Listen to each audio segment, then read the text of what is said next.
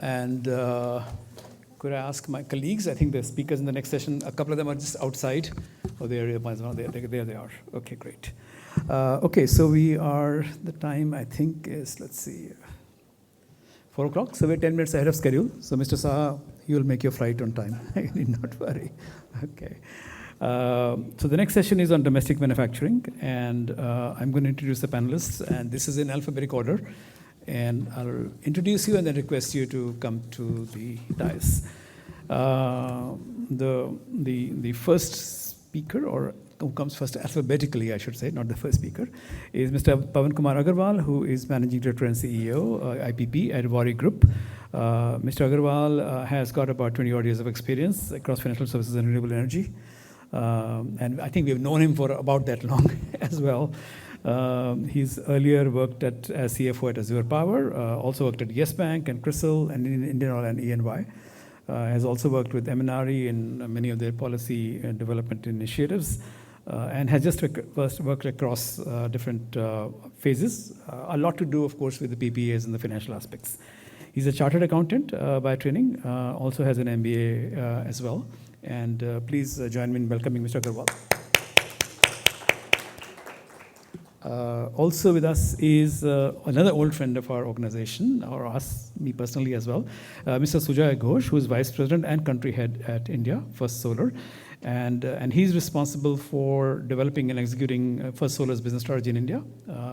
And of course, he's the first major FTI, I guess, in manufacturing in India. Has got about 20 years of experience. In the past has worked with GE as well as Regional Manager, Power and Water Business, where he was involved with thermal power generation and T&D, but also wind. And he's also earlier worked at Tata Honeywell as well. Welcome, Mr. Ghosh. And also with us is Mr. Prashant Mathur, who is CEO of Satvik Solar. Mr. Mathur has got about 26 years of experience and earlier has worked in places such as Adani Solar, Vikram Solar, Trangay, and Solis Solar. And he's been with the company now for about 3 years and has initiated new ventures in solar EPC, international business, also IPP agreements. He'll tell us more about that. He has a degree in engineering and has an MBA, like most of the panelists pretty much. Mr. Mathur, please. Also with us is Mr. Ivan Saha, who is CEO of Vikram Solar. Mr. Saha has got about 3 decades of experience in solar business and technology deployment. Before he joined Vikram Solar, he was CTO at Renew Power, where he set up their manufacturing vertical. And he's earlier worked as CTO at Vikram, head of technology at Moser Baer. Those of you who do remember, they were one of the early players in this area. And he's also been a scientist F at Indian Space Research Organization. And he's the chairman of FICCI Manufacturing Task Force, has a bachelor's degree in ceramic technology from University of Calcutta, and a master's degree in material science from IIT Kanpur. Mr. Saha, please. Finally, we have Ms. Rachika Sahai, who is partner August Partners, a law firm, and she's got about 17 years of experience and has handled a wide range of deals in this sector, including across the value chain. And that includes bid advisory services, structuring of project SPVs, company incorporation, land acquisition, et cetera, et cetera. And she's been recognized as one of India's top 30 female lawyers by Thomson Reuters. And please welcome in joining Ms. Sahai as well. Okay. So with your permission, I'll move over here.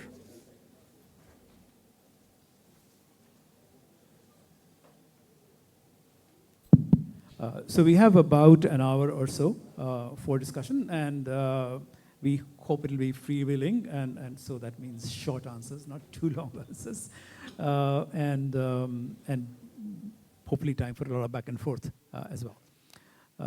And we'll try to do rounds here for about 50 minutes and maybe 10 minutes with the audience. And so the questions we, in general, hope to answer are, I guess I have my own questions as well. First is, what's been the experience so far? Where are you at right now? What are you hoping for? What is your view on technology? How is supply chain shaping up or not? And what, of course, do you think of the recent policy initiatives, whether they are, PLI or ALMM, et cetera, et cetera? Okay. So my first question is going to be to each one of you, to ask you if you can tell us what is your current scale and magnitude of operations in terms of manufacturing, what you hope to do over the next few years. For some of you, what are your focus areas in terms of what you're manufacturing, right? And then maybe you can even tell us in case you move to go into other parts of the value chain as well. So maybe about 2 or 3 minutes for each one of you. Mr. Ghosh, we'll begin with you. Thanks, Alok. Always a pleasure to be with you on a panel. Very good afternoon to everybody. So First Solar's one of the world's largest manufacturers of solar modules. We are headquartered in the US, and very recently we've established the country's first vertically integrated semiconductor to module manufacturing facility in Sri Perumbudur in Tamil Nadu with a nameplate capacity of 3.3 gigawatts. The factory is certified all global certifications plus ALLM, BIS, DCR, you name it, in terms of whatever it takes to sell modules in India, we've got that. We are also home to the country's first high-value end-of-life solar module recycling facility because that's the next thing which is going to come up, circularity of the supply chain and the whole regulations around waste of solar modules. We've ramped up to about 80% of our nameplate capacity as we speak.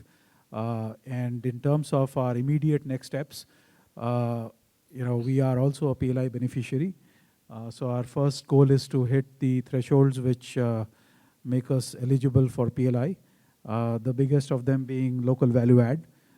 For vertically integrated manufacturing, you need to have 75% local value add. And we are trying to get there by localizing our supply chain. As we think about this whole domestic manufacturing ecosystem, the ancillary supply chain is very important with glass, frames, low voltage electrical components, back sheets.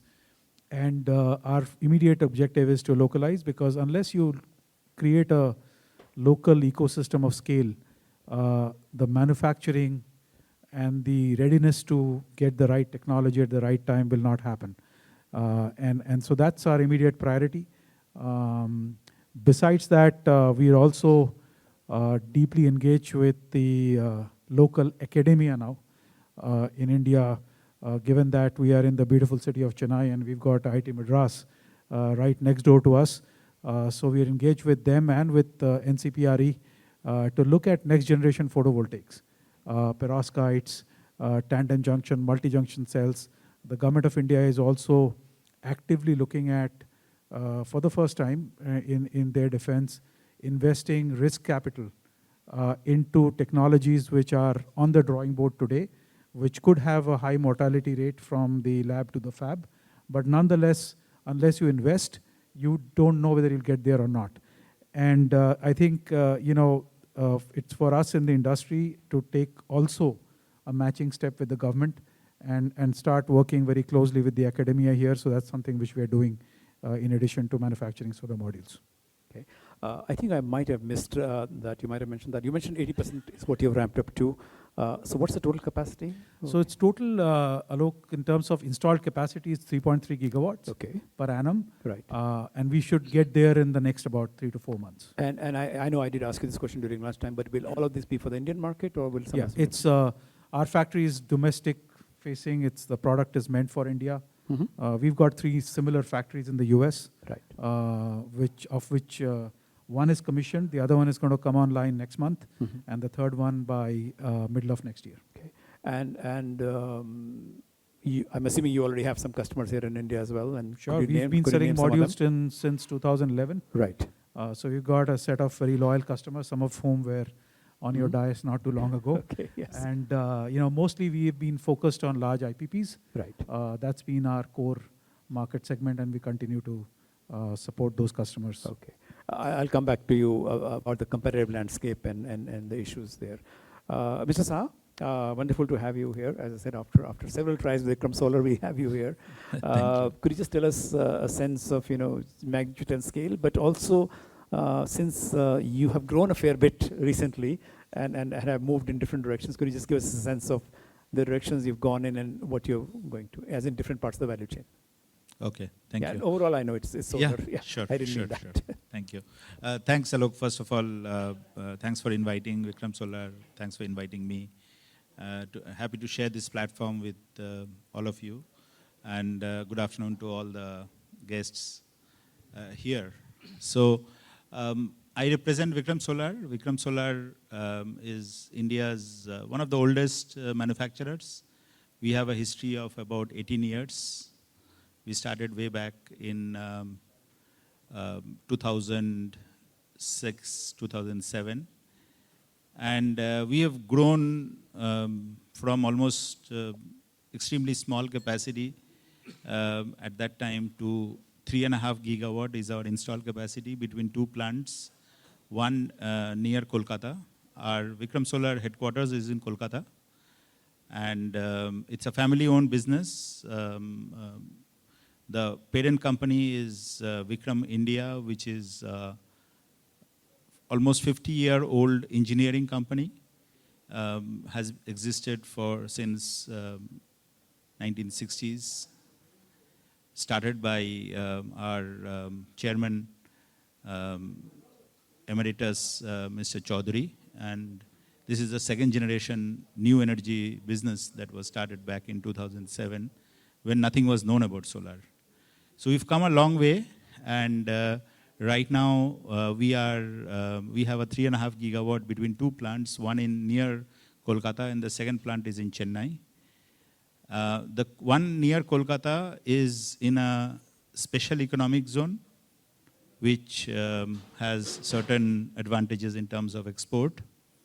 The one in Chennai, which is a smaller plant, 1.2 gigawatt, is for the domestic market.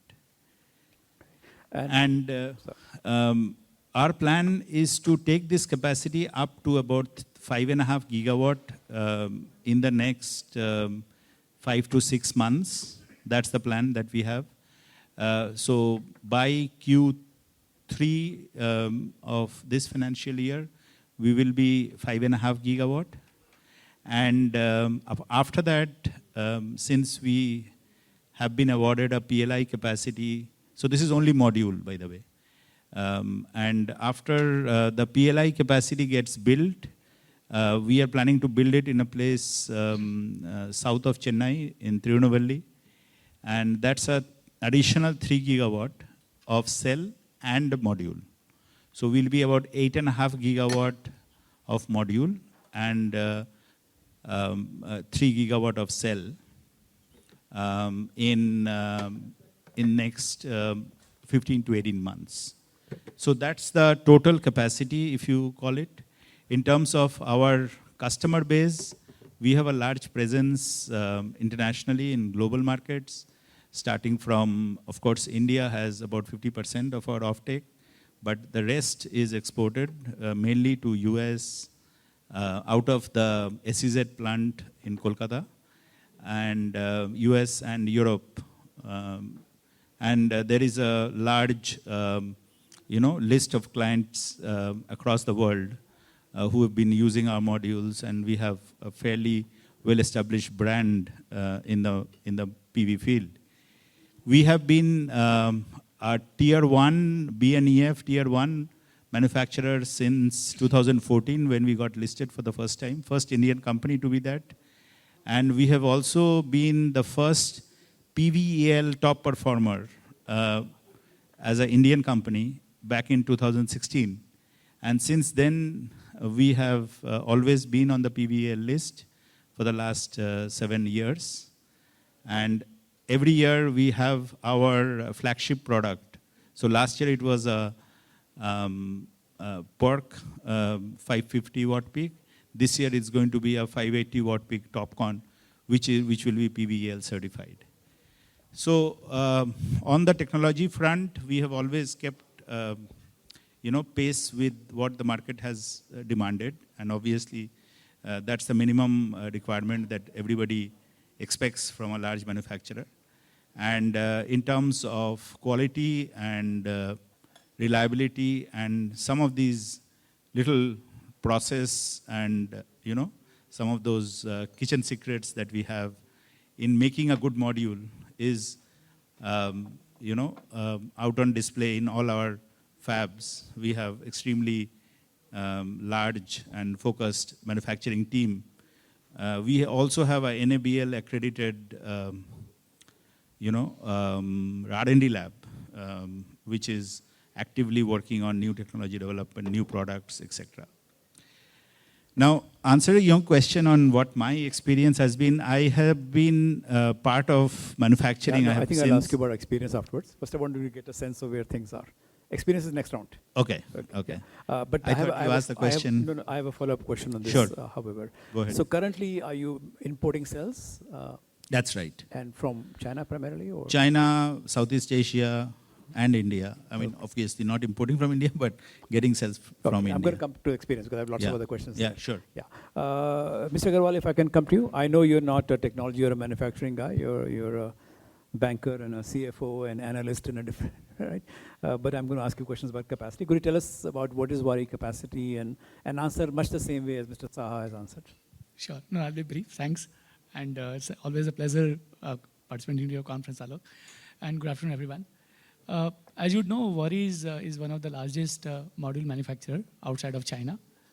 We have a current capacity of about 12 gigawatt, and we plan to take it to 18 gigawatt by end of the year. And we also won the PLI bid, wherein we are setting up a 5 gigawatt of cell module wafer facility in Orissa.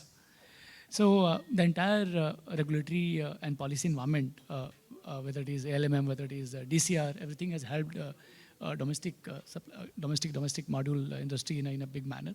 And this is also very important for energy security. So we at Waaree take a pride in being one of the largest player in this sector. And we believe in scale, and we are also putting up a plant in US, our 2 gigawatt facility. So we have multiple plants. Let's see how it unfolds. Yeah. Okay. And in terms of the future plans, I know you gave some, but sure. Going beyond. So as I said, like we are currently operating 12 gigawatt, right. And we plan to take it to 18 gigawatt by end of this year. Yeah. Okay. Yeah. All right. And then we have won a 5 gigawatt cell module wafer facility in Odisha. All right. PLI. And okay, yeah. So I'll come back to the IPO and other issues later on. If I can go to Mr. Mathur. Mr. Mathur, just give us a sense about Satvik's scale and magnitude. Good evening, everyone. Thanks for inviting me. I'm Prashant Mathur. I'm representing Satvik Solar. So Satvik Solar is a module manufacturer as well as an EPC and IPP company. We have been manufacturing solar panels since 2016, so celebrating our 9th year in business. Currently, we have 3 gigawatt capacities, out of which half of it is Monoperc and TOPCon. And this is based in Ambala, which is north around 200 kilometers from Delhi. As we speak, we are also expanding further. So this year we are adding another 2 gigawatts. So we will be a 5 gigawatt manufacturer by third quarter this year. And all of these, so currently we have 2 plants, and the third plant is also coming in Ambala because there's high demand in the market and we are really expanding fast. Along with that, we are also setting up cell manufacturing and module manufacturing. That is 4 gigawatt cell plus module. So we intend to become a 9 gigawatt manufacturer, out of which 4 will be cell. By 2026. Apart from that, we also do EPC, as I said. We have done some marquee projects. One of them is the world's second largest single rooftop project, which we have done in Angul, which is a 12 megawatt rooftop, single rooftop. So that's been our history. And Ms. Hai, if you could, to begin with, just tell us the role that your firm has in this sector. And of course, later on, I'm going to come back to you about legal issues. Yeah. Certainly. Thank you so much for having me over. So I'm Rachika. I'm partner with Argus Partners.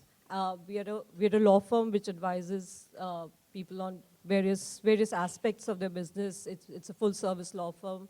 But on renewable energy particularly, we've been advising clients, whether they are private developers, whether they are OEMs, manufacturers of modules or wind turbines, even the government, CTOIL or other government entities on various aspects of issues that they face on the regulatory aspects as well as on their contracts. And particularly because we work across spectrum with various clients, I think we're very close to the regulatory issues that each of them face and the hurdles that are there in terms of the ever-changing landscape when it comes to the law applicable to each of these kinds of business and the way they function. So I think it's a very evolving kind of practice for us lawyers as well, because the regulatory landscape keeps changing very regularly. Okay, all right. My second round, I'm going to begin, Mr. Saha. Mr. Saha, so it's about the experience. So what's been the experience, and particularly what are the kinds of challenges that you're facing, and how are you planning to address those challenges? Yeah. So I think my experience goes back about 3 decades in manufacturing. First decade was mainly in R&D and technology development in a government organization, and then the next 2 decades have been in commercial scale.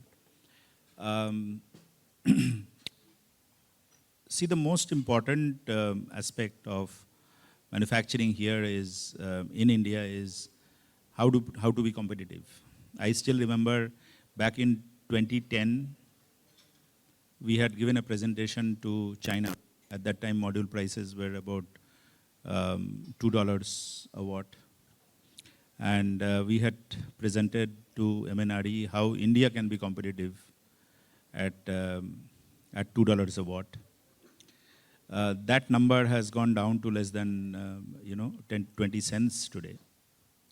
But the same problem still remains, that we continue to be uncompetitive. And there are various reasons.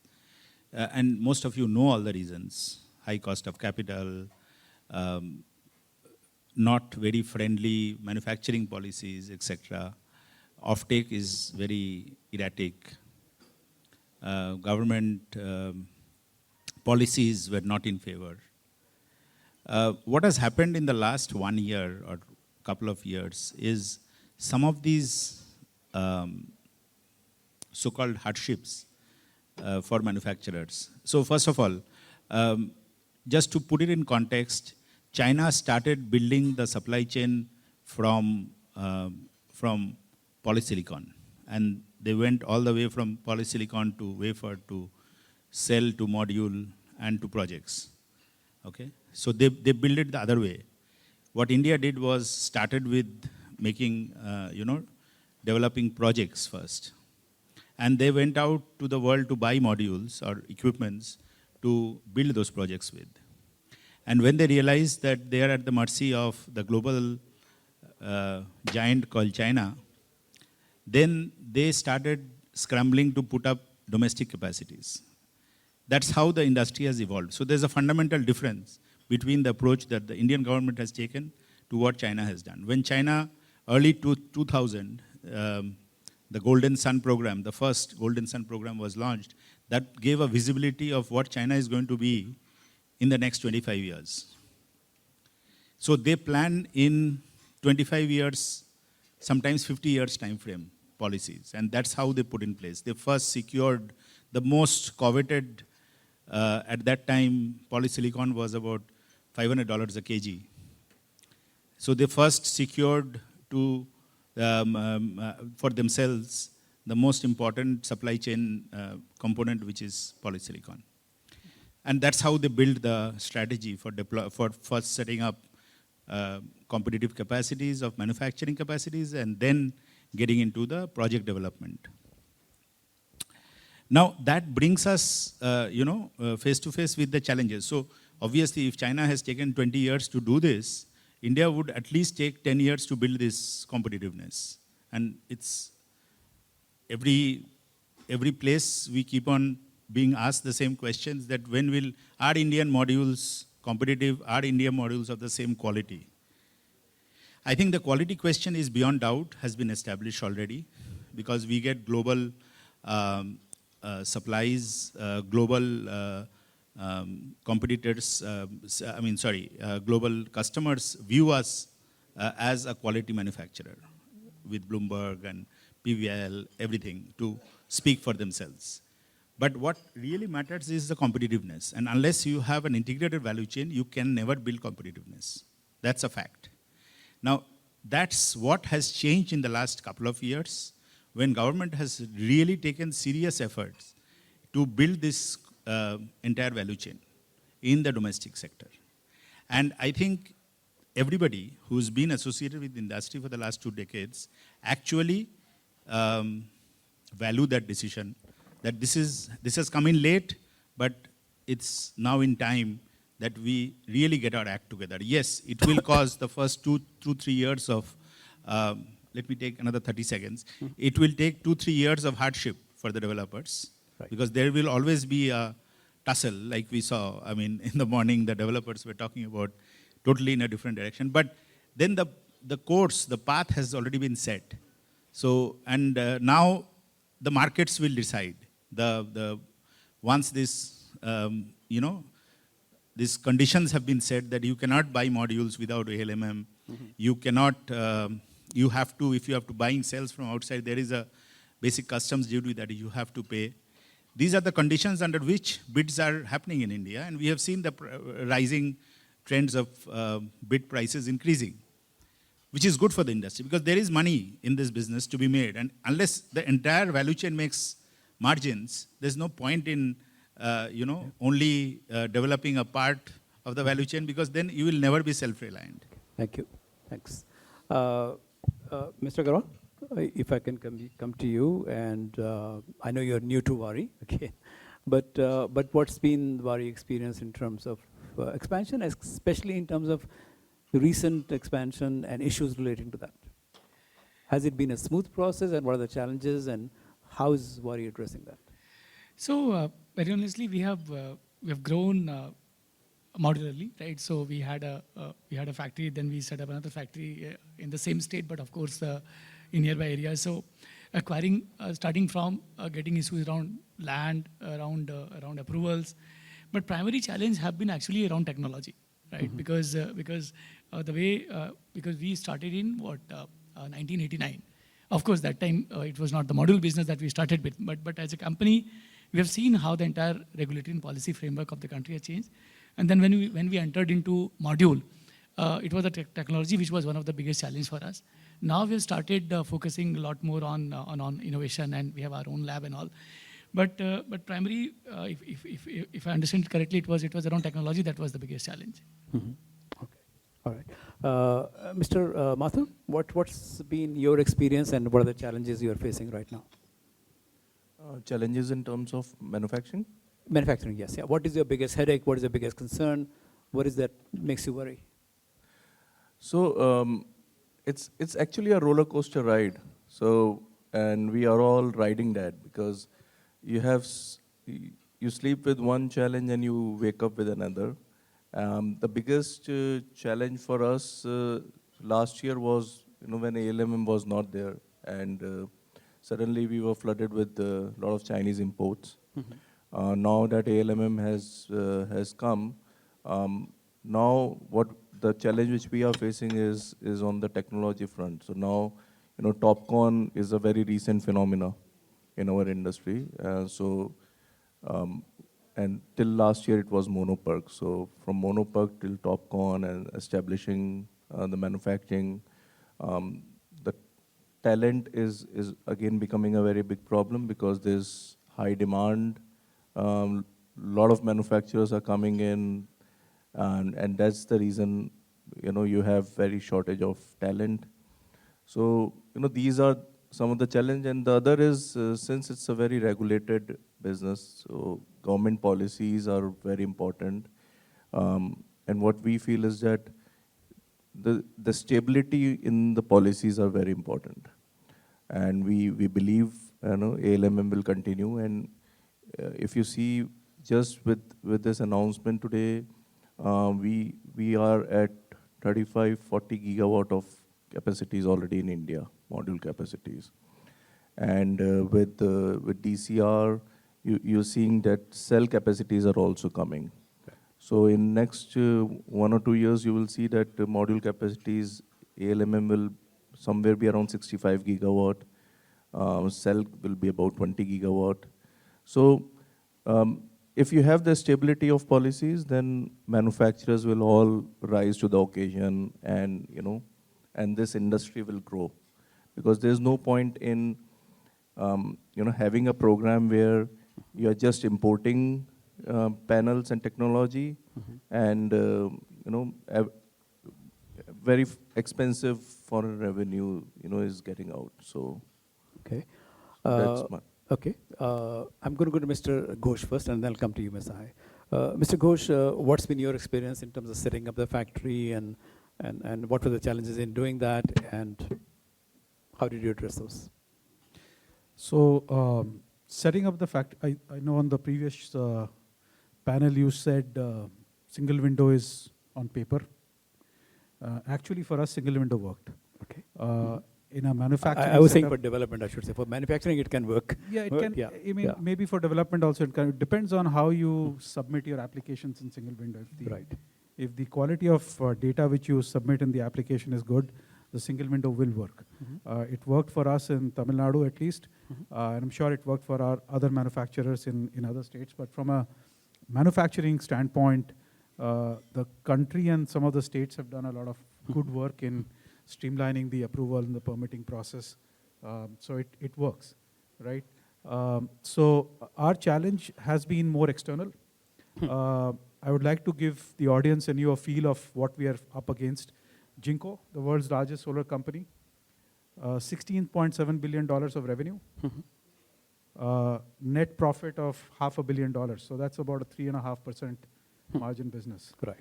How many of people on this dais or in the audience are going to invest, and how many of the bankers there are going to invest in that kind of Right. kind of a business? Right. But that's what we are up against. Right. We are up against state subsidized capital, Right. Right. because 3.5% in China is very good because the debt is free. Right.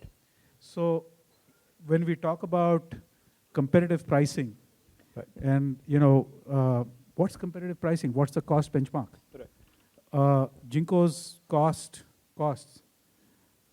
cash cost, this is their data, not my data. The cash cost is about 15 cents on a 70 gigawatt manufacturing base, 2 cents of overhead, right? In India, some of my colleagues are selling modules at 15 cents. How are they making money?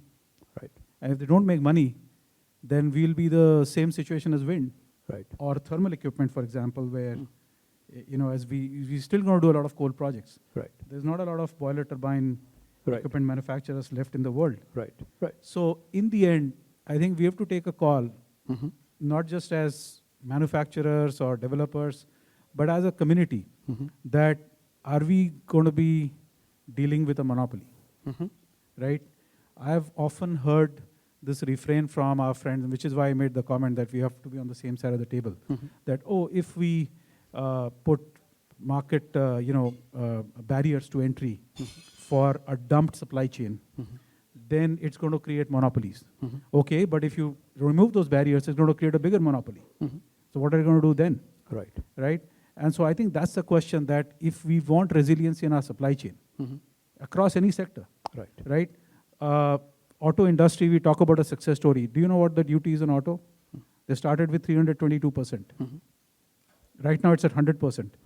You give free trade to the auto, I think the half of the industry is going to vanish in 6 months. Right. So I think we have to be very clear on what we want to achieve, right? And I don't think the issue is about our priorities and, it's about, are you going to rely on a monopoly and a monopolistic supply chain to bet your whole energy transition Right. and So- energy security? That's the challenge we face, because there is this, issue with the policy planners of knee-jerk reaction, right? Right. And we just cannot build a manufacturing industry with a policy whose stability is only 6 months. Right. That's the risk we deal with. Okay. Rest I is- think rest is easy. we are going to come back and delve on this a bit further. I'm sure we've got different, I mean, not different, but we've got lots of points of views on that one. But you didn't have any challenges in terms of setting up the operations factory. That was not an issue. There was no No. issue in terms of skill levels. No, there was. So we- electricity and, you know, Everything. So from an infrastructure, you know, availability of land, Mhm. availability of roads, ports. And approvals, various approvals. Approvals, we got all our permits in 35 days. Right, okay. Pre-construction, Right. pre-operative about 40, 45 days. Right. And at some point, I recall there was some issue, which I'm assuming was resolved, which is that the Pollution Control Board had not dealt with your kinds of technology before. No, but that's also got resolved. That got So- resolved quickly. Yeah, yeah, yeah. Mhm. Yeah. No, we- I'm assuming it did, of course. yeah, Otherwise you wouldn't we have be no here. issues in setting up the factory. In terms of the labor or the talent pool, I think high volume manufacturing is very different from the traditional blue collar manufacturing jobs. Right. Most of our factories are all fully automated. Right. So the kind of workforce we need, big factories like us now, data is the new Right. norm. Right. So you're looking at a lot of very different skill sets, very highly automated, mechatronics, data analytics kind of people. And, you know, we've, the thing which we did to solve this gap, because we did not have relatable skill sets Right. available in India Right. for our kind of manufacturing process. Right. What we did is we hired 30% of our workforce a year before. We actually started the factory, and we sent them to US and Malaysia to our sister plants, which have exactly the same process, and gave them on the job training. Right. And that solved the skill problem. The rest of the people we hired were fresh graduates or diploma engineers. And you know, the core workforce which we got trained, then trained the rest of the people. Okay. So no problems. That's not an issue. And then we'll come back to the policy and cost of capital and subsidies and all of those issues, because those are big issues. Ms. Sahai, when you look at, I'm asking you to look at the manufacturing part of the solar first, and you look at the policy and regulation, what do you see as the biggest challenges that are still not resolved? And you can look at it from law side or policy side or any which way you look at it. Sure. So Alok, honestly, I think there is always an attempt to resolve issues because there's so much involvement with the stakeholders in the market. But at the end of the day, then, you know, something or the other happens. And for example, ALM that Mr. Mathur just mentioned, it was there, then it was put in abeyance for a year. Then this year also when it came, it was quite dramatic, right? So it was introduced again in February. Within 6 days, it was put in abeyance again because obviously they had exempted certain kinds of projects from its applicability. And then it came back, and when that office memorandum came and they reintroduced it, for a couple of days, there was a lot of confusion still in terms of whether it's applicable on you Some know, open projects or access not, yeah. projects or not, net Right. metering projects or not. I think these are the kind of things, and if you see, there's no consistency in the kind of language that's used across the office memorandums and the notifications that come. As a result, people are just left to, you know, for next couple of days, just try and get those clarifications from the ministry again and again.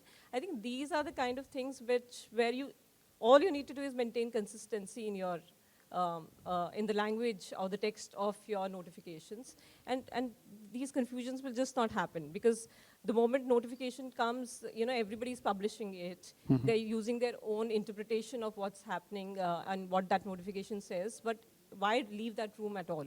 Right. So I think that is one thing. With PLI, I think it's the other thing, and we'll get to see how it shapes up, because, you know, these projects still need to start producing after 2026.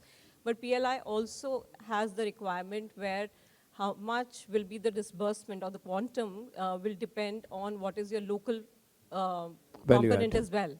So, which effectively at the moment will be very difficult, I would assume, for the manufacturers in India to meet, because of the fact that a lot of these components are still not fully being manufactured in India, and they'll have to import these components. So given the way the market is right now and the industry is at the moment, I think some measures are have been taken too early Right. And some measures are being delayed significantly, is what I would say.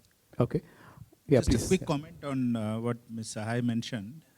I think from the policy side, the confusion is that, yes, there have been flip-flops, etc., office memorandums, then counter-office memorandums, etc. All of that we have seen in case of ALMM.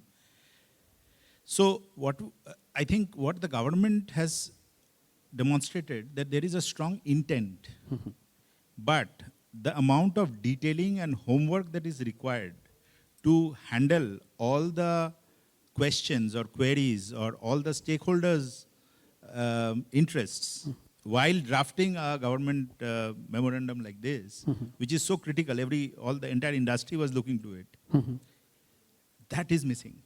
And that detailing, it took us a lot of time to actually drill those points home. We had multiple, minister used to call reviews and discussions with manufacturers, with developers, almost on a weekly basis, or at least 2 times, 3 times in a month. Only then the whole picture became clear. Even then, I mean, the draft sometimes missed certain critical things, like, for example, this open access and all these confusion that was created by that. But in terms of intent, the government never lacked. And Okay. that is what, it's just the intent and the execution of it, Right. which actually lacked quality, I think. Did you want to add something? Yeah. I just want to add one thing, Alok, that if you really look at it, there's an inherent conflict. If the same ministry is responsible for capacity Right. and manufacturing, Right. And the sectors where we've seen manufacturing roll out very successfully are the sectors where there's a very target, like you see METI, Right. for I understand. example, or you Right. see even the automobile industry. Right. Where Right. the highways ministry doesn't decide, Right. what the automobile policy of the country is Of going to course. be. Right. But in the case of renewables, Right. the same ministry is sitting on both Right, sides of the both table, side- and both sides of that the table, is yeah. the root of the problem. Right. Because then your policy making is always clouded by conflicting interests. Right. And there was a time when in energy, the manufacturers were under the Ministry of Heavy Industry, and Ministry of Power was only looking at the generators. But soon BHL came more and more under MOP, effectively, under And MHI. Also, Yeah, Alok, yeah. I think the Yeah. overall vision, a long-term vision, is what we still lack. I think in Right. terms of clarity on where we want to be, not today, but by 2050. Just by saying that we will be net positive by 2070 is not good enough. It has to be drilled down, detailed in whatever way. I mean, what is going to happen in manufacturing, what is going to happen in deployment, what is going to happen in other sectors which are going to support Right. storage. But do you want that? Do you want all that detail? Do you want that command and control I mean, again? no, it's not command and control, but actually the visioning is very important. Right. That where the government wants the, Right. But But it's some could argue, because they are not here. 30,000 feet. Yeah, but it some need could, not be. yeah, but some could argue they have put targets. They did, 175. Now they're in 400 odd megawatt, and they're saying, we know where we want to be. Correct. Yeah, But I mean, again, Yeah, the but devil is in the details, No, right? but I think if you look at this is where India and China are different, right? Yes. Yes, of China, course. That's China, exactly what I was no, trying. but Ma- China, many ways we are different. No, I in should many say. ways, but one of the ways is China defines its target in terms of how much percentage of the GDP is going to be clean energy. Right. Right now, it's 20%. Right. What's our target? There, megawatts doesn't matter. Right. Then compare and contrast that with how much budget are we allocating to Right. that industry. Right. And that's, I think, where the answer is. Yes, and then how much are we charging the industry? Okay. We are going to come back to this whole issue, but let me go to Mr. Agarwal. I'm going to begin with you this time. Obviously, the competitiveness of the Indian manufacturers, right? And so right now, you do have ALMM, which helps you in some form or the other. You also have the duty, right? How long is this needed? So, very honestly, as we see, energy security is very important for the country. And we also know that the concentration of supply chain is not Right. something that is going to help in a long term. Right. So the distribution of supply chain, including having domestic manufacturing capacity, that is going to stay. Rather, we are looking at a possibility of ALMM at the cell level also. So I'm saying not only module, even the cell is likely to get the benefit of ALMM. That's Right. what we as an industry expect. Right. So broadly, and if you look if you look at So, the so you would global like ALMM to stay there for a long time? absolutely, absolutely. How long is that? 7 years, 10 years, 15 years? Difficult for me to comment. Okay. But Until you become competitive. Yes. Please go ahead. No, Mike. Competitive against what? Against your good friends in China. But okay, so what's the cost of capital?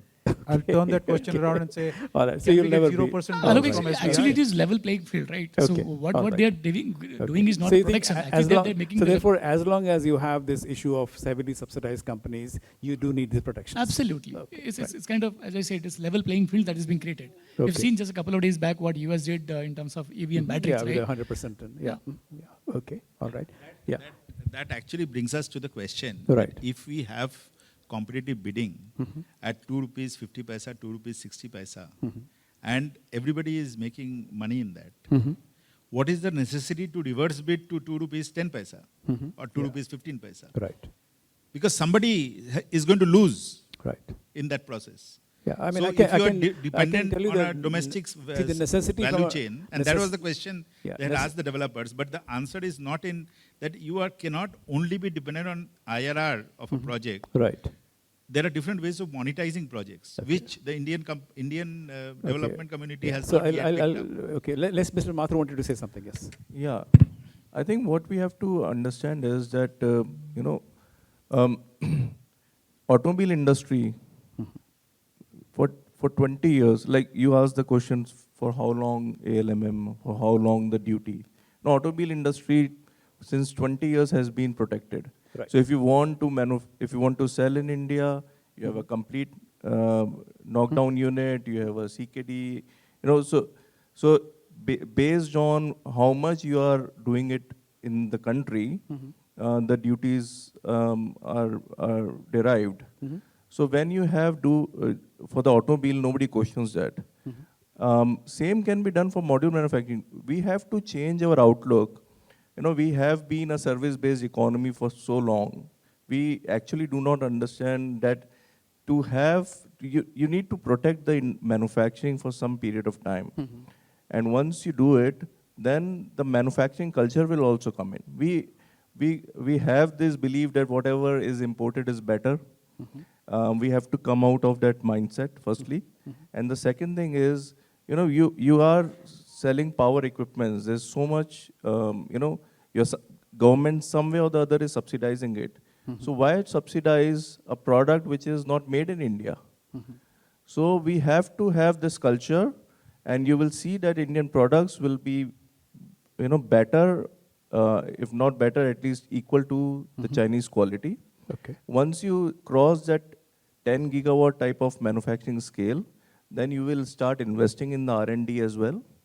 And then you will see that the product innovation will also start in India. Okay. So, so it seems like at least for 10 years, we need the protection, and maybe longer if the things continue to happen the same way they happen in China right now. Yes. I believe it can happen in less than 10 years because obviously the point where we have started from is not the point where China had started back when they started manufacturing. Right. So we've already had, due to various reasons, reached to a level of understanding the technology by either using it or by practicing it I'm going ourselves. to come back to the competitiveness. I have a specific question for you. Ms. Sahai, what is your viewpoint on need for these kinds of duties and policies? I mean, you heard, of course, from the manufacturers. What is your own personal viewpoint?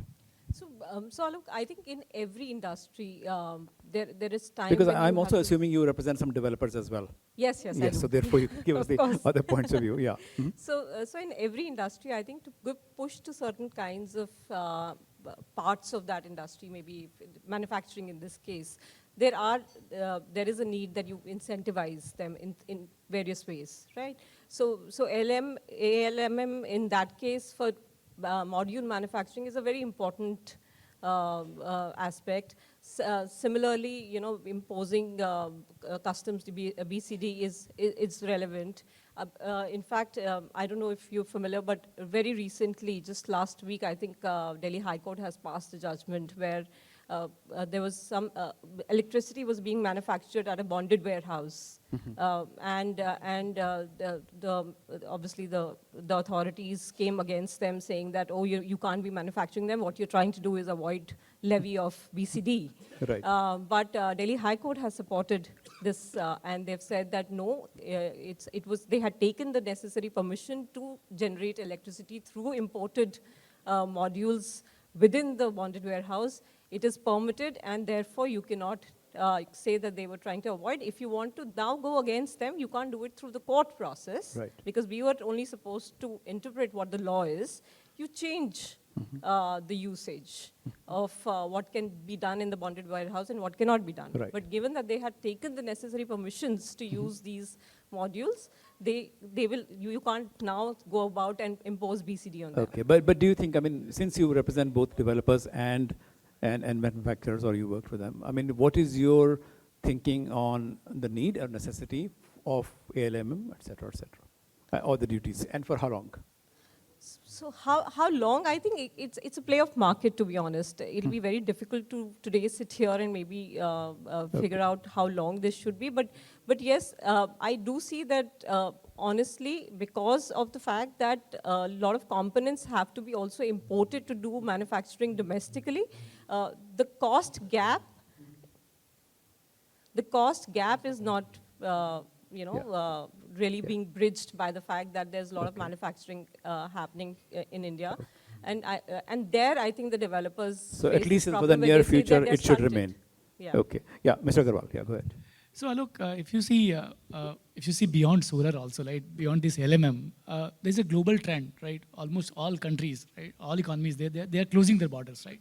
So people are happy to welcome the capital goods coming in, but possibly the products.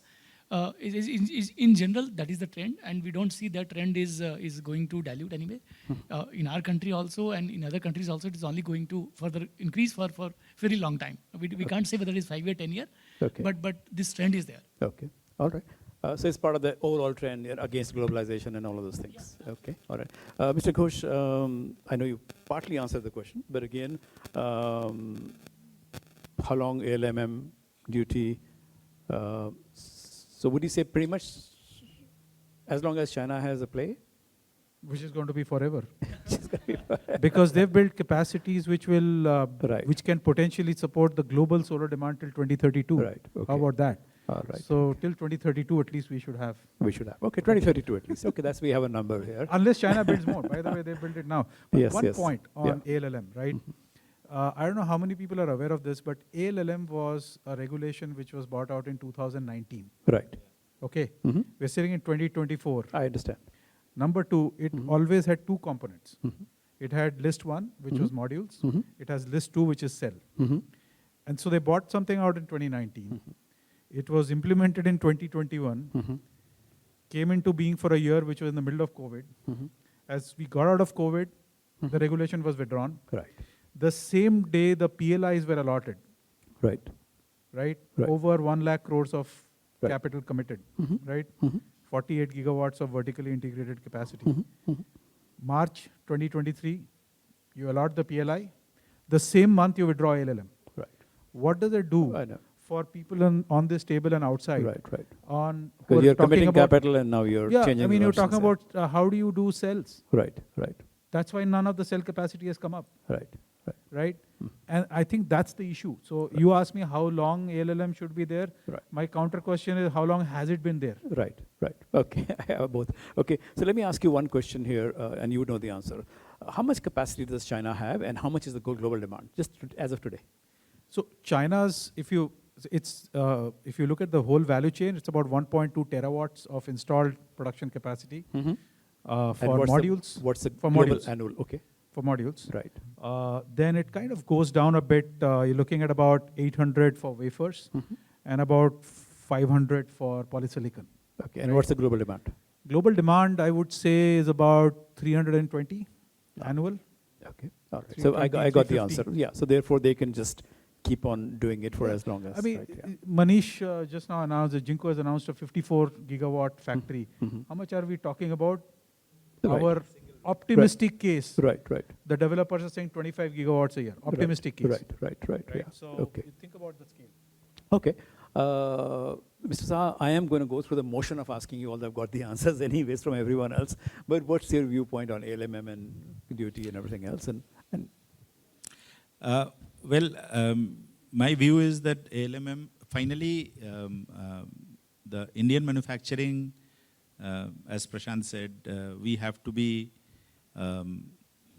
cost competitive from supporting the developers with their projected project IRRs and their projected cost of capital, whatever cost of project that they have got. So we have to meet those targets. Otherwise, ALMM is going to be a failure because the developers are going to push back very hard if they say that, well, my Chinese suppliers are giving at a number which you can't meet, and therefore, so that you have to keep a watch on that always.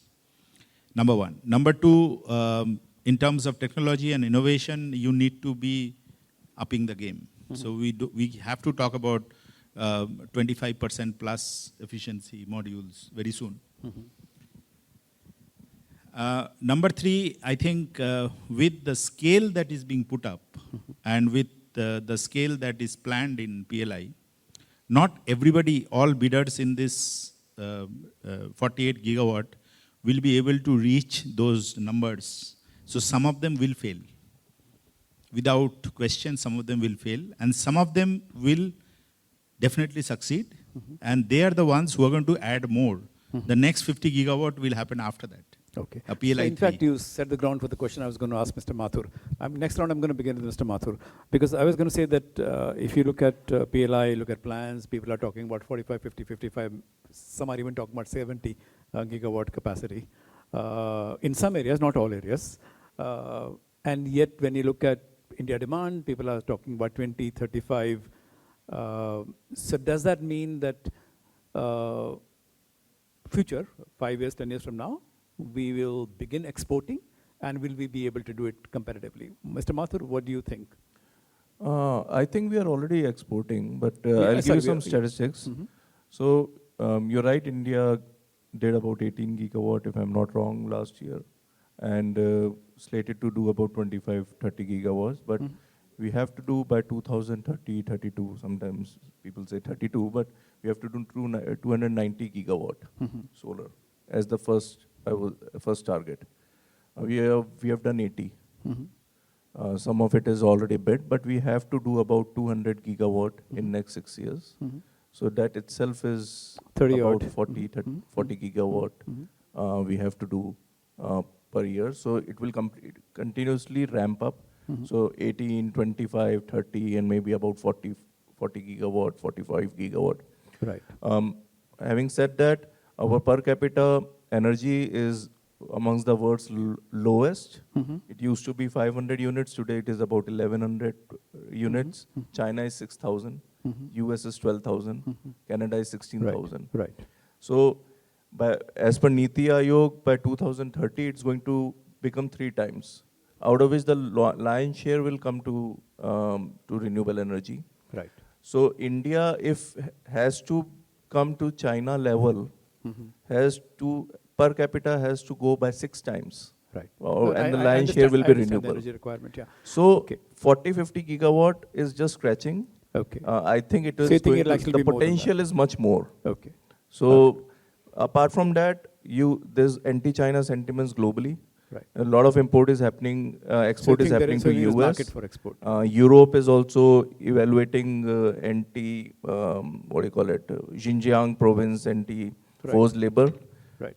So is other markets as well. So we will see that a lot of global markets are going to open for. So you're not concerned about oversupply here at all, right? Or Mr. Ghosh, what is your? I think market takes its own,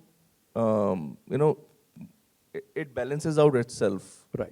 There will be weak players who will be left behind, who will fade out. Right. There will be strong players who will survive and grow. Okay. Mr. Ghosh, what's your thought? My thought is that typically it's just cell to module. there is always going to be more supply than demand, because that you don't run those factories with 100% capacity utilization. Your average capacity utilization as per the IRENA report of PV supply chains 2023 for cell to module is somewhere in the high 40s. Okay. Right? Right. And your average gross margin, by the way, is at -6% on that Okay. business. Right. This is, Right. they're talking global average. Right. Right. So there is always going to be more installed capacity, but will those lines run 24/7? The answer is no. Correct. But as you get into cell, so if you look at today, we've got about 6 gigawatts, 6, 7, 8 gigawatts of nameplate cell capacity. I think the rubber will meet the road when we have about 18 to 20 gigawatts of cell capacity. Right. That is where you'll start to see technology and scale And market development. and supply chain development come in, which is why the restriction of dumping of cells is actually very important, Right. right? More than any other thing. Okay. All right. Mr. Saha, what's your view on this in terms of potentially India capacity 50, 60, 70 gigawatt, but the India demand being 20, 30 gigawatt? Yeah. So I think what I am looking at is India manufacturing not only for Indian market, Right. but for global markets. Okay. So what percentage of you're currently Right already now it's exporting? about 50%. It's 50% already. Yeah. Okay. But next year would be probably even higher. But what I'm trying to say is some of the more integrated players from India having their own cell, maybe wafer capacities, will have a larger play in the global supply chain going forward. Okay. Because that's a clear message that is coming from Right. all the other countries who are putting their closing their doors on China, and they're looking at India as a second alternate supply chain source, which is encouraging for us. So entire capacity may not flow into India. Correct. To Understand. Sujoy's point, the 50, 60 gigawatt that you are talking about may not flow into India. But then, at what cost? What is your manufacturing cost? What is the technology that you will have Right. at that point? So I'm Right. talking about 6 to 7 years from now. Right. Let me guess a number.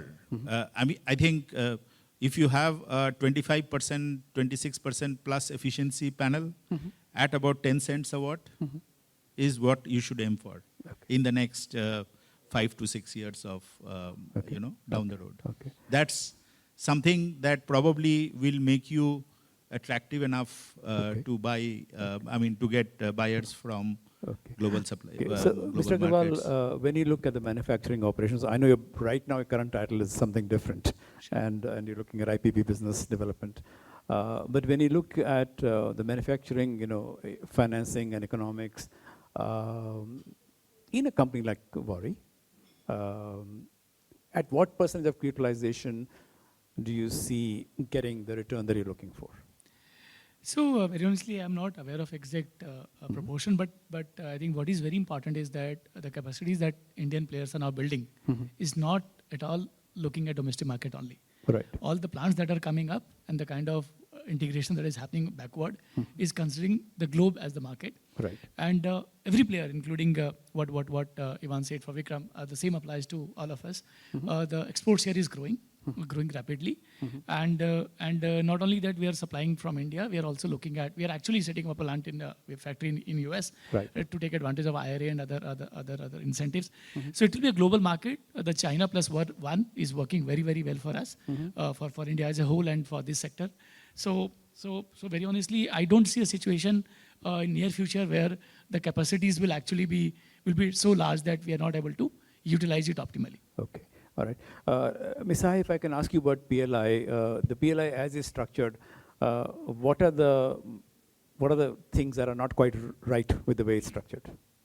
So I think at the moment, whether it goes right or goes wrong is still to be determined. Right, because but to me, I think the one thing that at the moment that crosses your eye is the fact that an important part of the quantum of PLI dispersal is also local value addition. So effectively, it means that to the extent you're not importing anything to manufacture the module in India, then you get larger PLI. But otherwise, the fact that you're importing, and which I think most of the manufacturers today would be importing to manufacture in India, PLI quantum gets affected. So effectively, by the time this happens and they apply for PLI dispersal, because there are three components to it. One is sales, the other is performance of the sales, and the third is the local value addition. So they have to establish all of these three eventually to see how much quantum of PLI gets dispersed to them. So which will happen only once the commercial production starts, which is I think due into 2026 if I'm not wrong. Right. So of the first two, while we can't determine as of now, the third one for sure is that there are imports happening in order to manufacture in India. The components are being imported, and that certainly creates a negative for the PLI on the face of it. Okay, all right. Before I start my next question, Mr. Saha, can we go till 5:15? Is that okay? Mr. Saha? Yeah. Till 5:15, okay then. So my next question, I guess, is different questions for each one of you. Mr. Ghosh, global trends in terms of costs and in terms of demand, what's the growth expected and what's the cost expectation? Cost or price? Globally. Yeah. Cost or price? You could, either way, you could give me whichever one. You could do cost per kilowatt hour, or you could give me price. Cost per kilowatt hour in terms of the energy tariff? In terms of the cost of energy. No, but that is very distorted, Okay. right? So because, you can give me only the manufacture. Okay, sir. you prices, have a lower prices then. You have a lower price Yes. of power Right. from solar and wind plants I in the got US, it. Yes, I understand. despite Yeah, the cost of the module and the cost of the plant being 3 times higher than in India. in India, right? Okay. Cost of capital. Right, I understand. So- So price of equipment, prices. Yes. Even the price of the product is getting increasingly distorted now. You got tariffs, Mm-hmm. you got local incentives kicking in. So I think I gave you the number from China, from Mm-hmm. one of the top manufacturers that kind of represents the China value chain. Right. I think if you look at, if you normalize the China baseline cost, because somebody like Jinko will be running their plants at the highest level of yield, right? Because at that scale, you cannot afford to Right. have lower yields and all that. Right. But even with that level of sophistication and yield and automation and scale, you're getting to a cost which is in the mid-teens, right? Okay. Today, Right. Right. on a 70 gigawatt scale. If you just Right. normalize it for scale Right. and pair that to a 5 gigawatt, which is, let's say, Wari's, the biggest plant in India, you should be at about 15 to 20% higher, Right.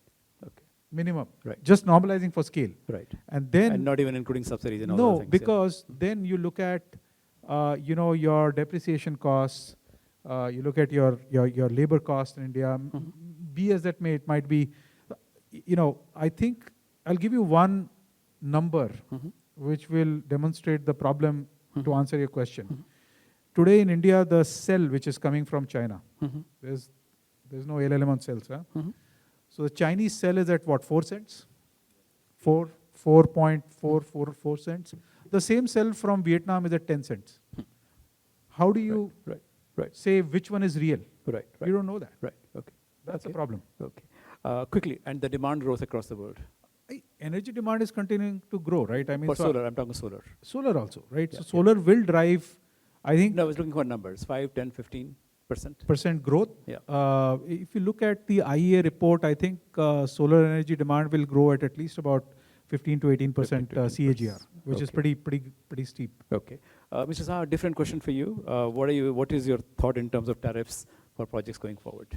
Tariffs. Okay. Well, it depends on if it's a pure solar tariff. Right now, we are looking at somewhere around 2.5 rupees, about that.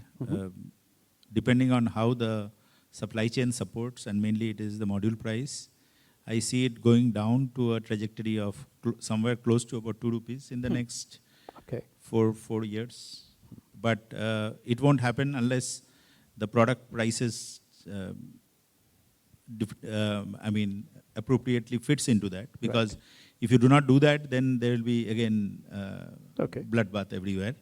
And but definitely power costs or tariffs have to be competitive or be because what you finally, I think the direction that the government, and rightly so, is a blended, the total, blended power cost with RTC, FDRE kind of, that is the future. Right. And those numbers are still higher. I'm talking about solar only I understand. numbers. I got that. So Yeah. I've got the answer. Mr. Agarwal, what is your, again, I'm asking a question, not that relates to your current job, but profitability of the Indian manufacturers. Where is it right now and where is it likely to be? So all the profits are coming from US. Yes. So I think Okay. exports are doing very well. Yeah. And that's the reason why all of us are actually supplying outside India more than what we are interested to supply in India. Right. But and then profit margins are very healthy. But going back to the previous question that you asked in terms of tariff, so the tariff is broadly a function of IRR, right? And IRR, there are two important variables in the solar. One is the interest cost, which carries a significant amount of weightage in terms of the tariff because it impacts IRR. Other is module price. Right. And looking at the way the entire economy is shaping up, and then the chances of interest rates likely to remain firm for some time, and then possibly come down. And module prices also the kind of technologies we are talking about. So chances of tariff coming down is more. Whether it reach 2 or what number, let's see how it happens. Okay. Mr. Mathur, are the customers today, are they better aware, better educated, better informed, and are they better customers for you? Because the customer profile has changed, right? For the new projects, right? Yeah, so customers are very well informed now. They know our cost more than we know about our cost. So the customer today, Right. when we sit for closing deals, they know each and every component, the prices. They've clearly benchmarked everything. So we learn a lot from them because they know a lot about the cost. Okay. So it's a well informed, but yes, customer is now. And Especially do they the pay you on develop- time? Excuse me. Do they pay you on time? Yes, I mean mostly large transactions or on LCs, Right. but customers are now the price sensitive. Indian customers are always price sensitive, but they understand the technology, they understand the product, and they are ready to pay a little premium for a good product, a good supplier who is consistent, and they are the Munich reinsurance Right. and all that. Tier 1 status, they are well aware of it and they value that. Okay, all right, okay. Ms. Sai, if I can come to you, and that will also be the last round, and I'll come back quickly. We'll finish in about 6-7 minutes. The things that you think the government ought to do from a policy point of view, one or two steps that you think the government should look at. Sure. So basically, I think one of the asks for generally why the industry really is that there'd be clarity and there'd be uniformity.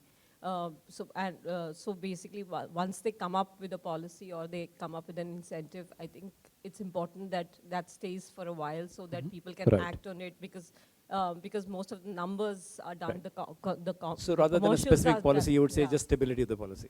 Exactly. Okay.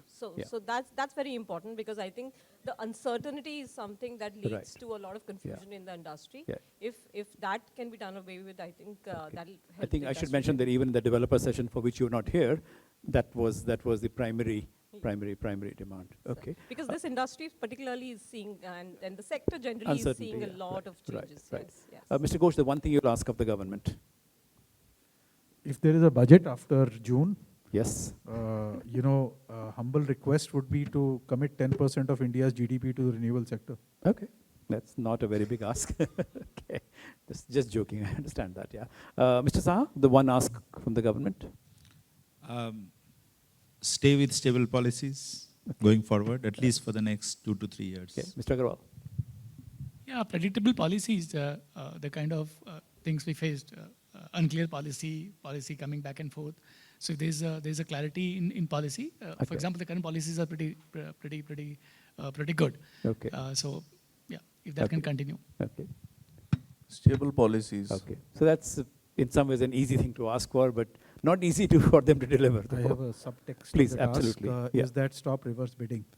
To stop reverse bidding. Yeah, yes, do the book building, Right, but this is one mechanism which Mhm. commoditizes everything. right, yeah. And you cannot develop technology and Right. create 25-year life assets Right. if you're just bidding against each other. Yeah, I guess, of course, in the wind we are seeing going back, right? Yeah, I mean, that's in my the, whole wind, point. in the wind we have seen gone back, yes, and that's one way to do it. Okay. With that, we'll close the session. I know I didn't take questions from the audience, but today I wanted to make sure I got viewpoints from these people on the panel, and I had to do the trade-off. Again, it was a very insightful session, and very happy to have Mr. Ghosh here, Mr. Saha, nice to make your acquaintance. Mr. Agarwal, who I think I've known for 20 odd years, he once came to our office to see whether we were worth buying, and thankfully they did not buy us. Okay, right? And Mr. Mathur, again, good luck with and I think we've just started interacting with you more recently than before. And Ms. Hai, wonderful to see you again. And big hand for the panel.